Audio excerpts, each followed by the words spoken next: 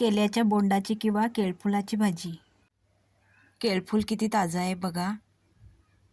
हे बघा, हे साफ कसं करायचं ते बघा. ह्याच्या वरच्या पाकळी काढली ना की आतमध्ये जी फुलं असतात ती काढायची. हे आपण असं कोवळा बोंड येईपर्यंत काढत राहायचं आहे आणि एकदम कोवळा बोंड असतो तो कापायचा आहे, कापून घ्यायचा आहे तो.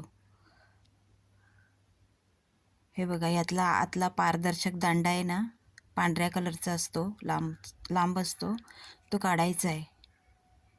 तो काही शिजत नाही आणि त्याच्यामुळे कडवटपणा येतो भाजीला.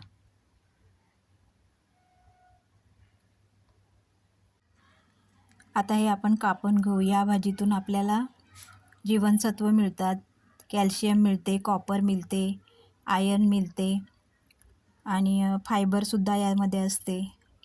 या भाजीमुळे रक्त शुद्ध होते, असे खूप गुणधर्म याच्यामध्ये आहेत.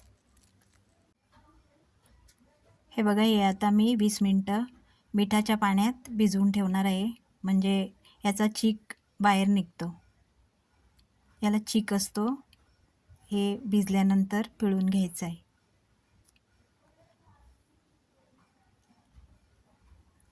आता मी कढई ठेवले, त्याच्यात तेल टाकले, जिरं टाकले, कढीपत्ता टाकलाय, हिरवी मिरची टाकले, कांदा टाकलाय.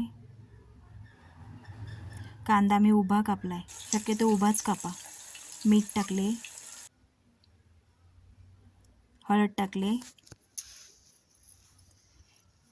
मसाला टाकलाय, धणे जिरे पावडर टाकले. हे सगळं तेलात मिक्स करून घेतले.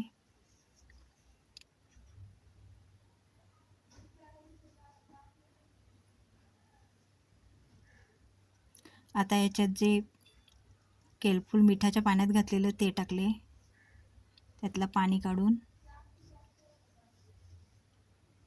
आता याच्यावर मी झाकण दिले.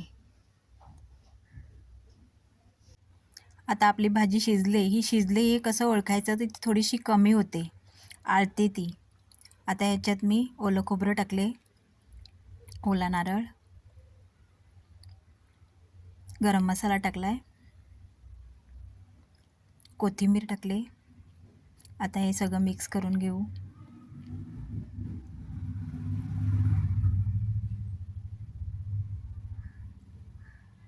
हे बघा, असं मी मिक्स करून घेते. तयार आहे भाजी. रेसिपी आवडली तर चॅनलला सबस्क्राईब, लाईक, शेअर आणि कमेंट करा.